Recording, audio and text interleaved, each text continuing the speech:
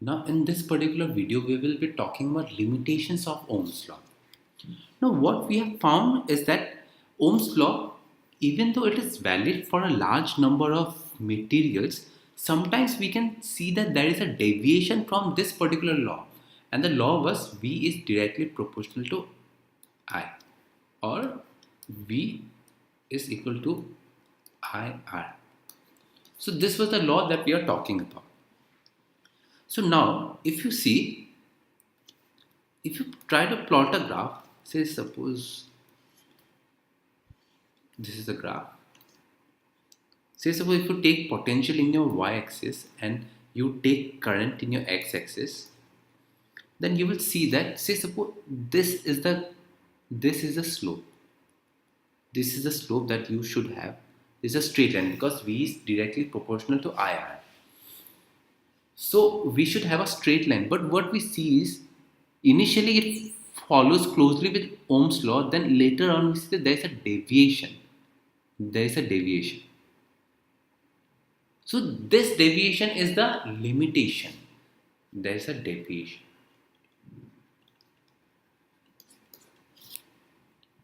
So this deviation is the limitation that we have. Now what exactly happens is, in particular cases, V ceases to be proportional to I. That is, V is no longer proportional to I. Now, in other cases, we see that the relation between V and I depends on the sign of V. In the direction of V keeping in magnitude fixed but does not produce the same amount of current that it should have been produced.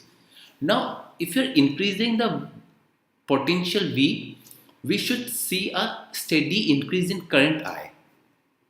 That is, with increase in V, no steady increase in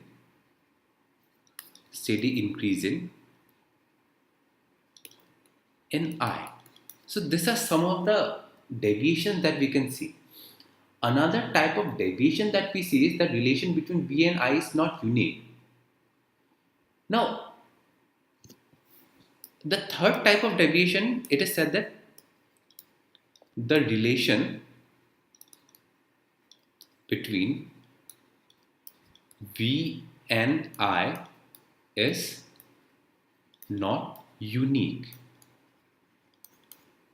So when we talk about the relation between V and I not being unique, we are talking about, we see that for different potentials,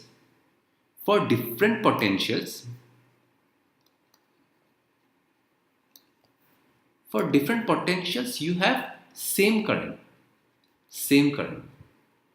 Say suppose at 70 volts and at 68 volts, you will have the same current. So that's what it's saying, at different potential you have the same current, or the relation between V and I is not unique. So this is what we can understand. And if you look at the graph, some of the graph that has been plotted is given in this way. The graph moves something like this.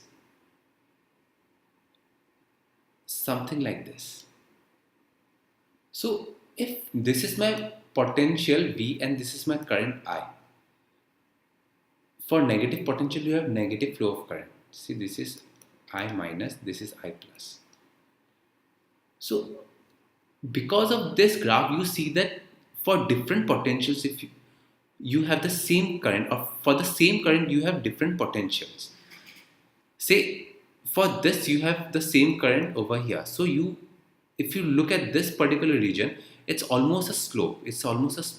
So because of different currents, you have same potential. That is, the relation between V and I is not unique. If you look over here, for the same potential, you have different currents. So there is this deviation from V to I. So these are some of the deviations of Ohm's law.